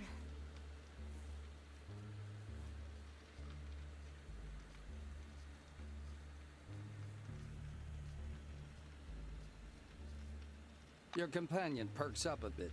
She seems to be interested in this subject. This place is registered as a resource anomaly zone. Do you know what that is? It's when the relics mined there have been studied and deemed useful. Not much is known about these relics. They dampen anomaly fields, even very strong ones. They're also found in other parts of the dome. They're known as bronze apples, or aluminum apples. I don't remember, but something like that. The Blue looks at the storm once more. There've been more and more of these lately, and they're getting stronger. I personally think it's divine judgment for how we've squandered the riches under the dome. She sighs and squirms. I knew people who got caught in one of those storms. They blow up so fast, there's no chance to get away. God rest their souls. The Blue makes the sign of the cross. Morgan thinks for a moment. It's a combination cafe gas station called Roadside Picnic. Never been there myself, but there's something off about it. There are several anomalies around there and weird relics. Supposedly, machines and structures decay much faster than they should in that area. But maybe that's just a story.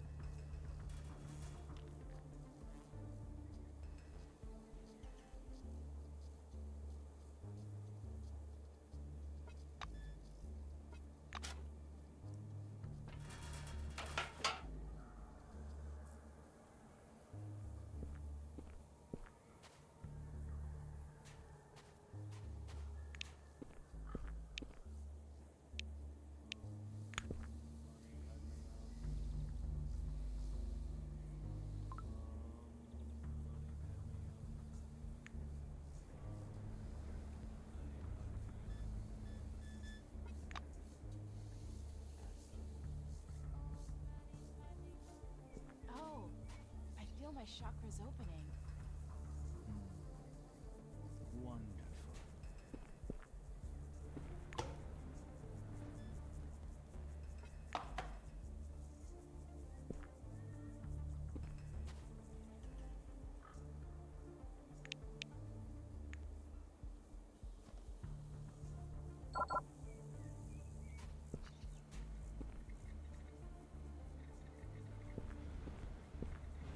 Who the hell goes there? Come on in, since you're already here.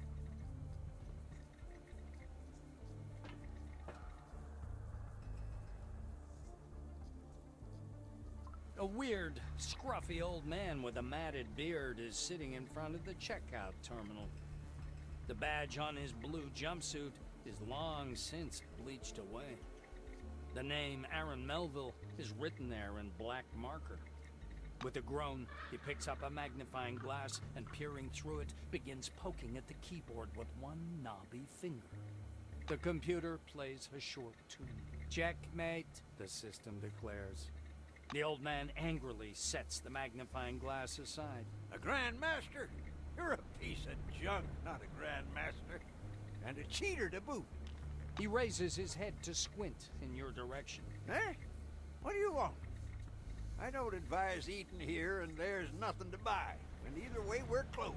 The shopkeeper rises from his seat, and you notice he's sporting a peg where his left leg should be. The old man frowns and sniffles loudly. You want to write a complaint? Go ahead. He looks at you for a minute. When he realizes you're not going to complain, the surly expression slowly leaves his face. The angry look turns to a sad one. After a brief pause, he speaks again.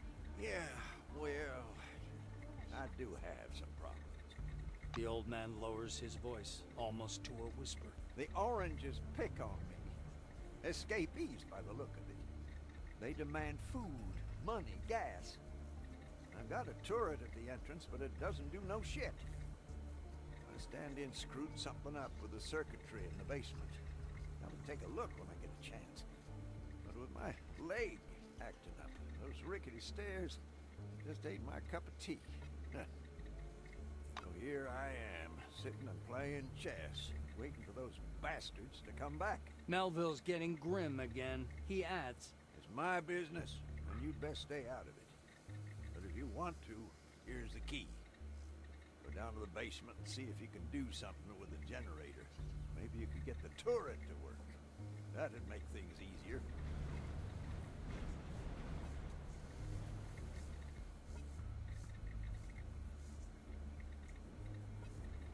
The old man throws up his hands with a scowl. Then go fix it. Melville reluctantly points a crooked finger at the front door. Go out there and walk over to the gas station. Go down to the basement. There's an anomaly, a tree. It's glowing. And there are some golden thingies hanging off it. We make special devices from that fruit called anomaly protectors. Should one be laying around on the floor, go grab it, then put it in the truck and bug off to... where was it you was going to? That's where you bug off to. The Blue starts slapping the pockets on his overalls. After a little digging, he pulls out a little key on a shoelace. Only take the device, you hear? It's company property. I should be charging you myself, as a matter of fact.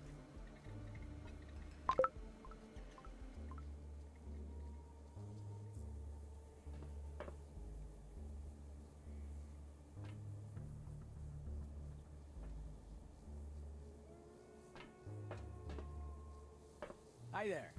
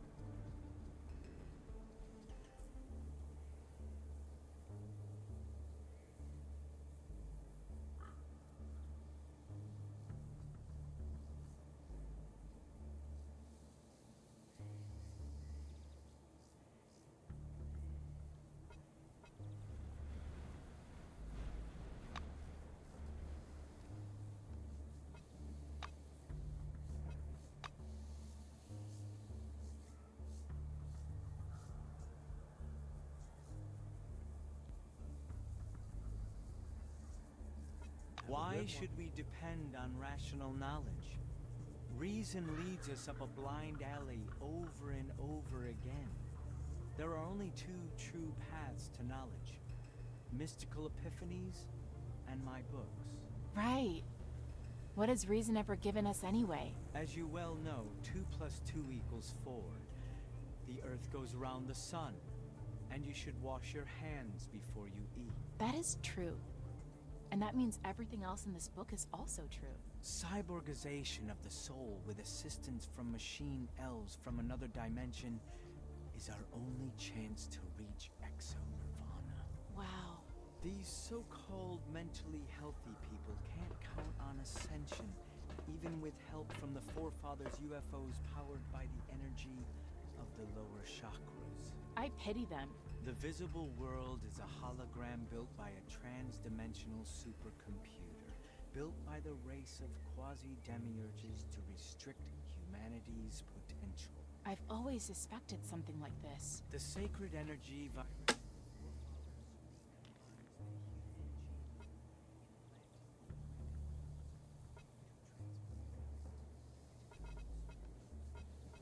Cool.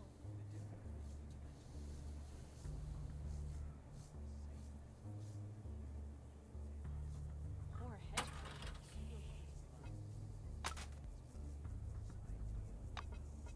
Into the human subconscious.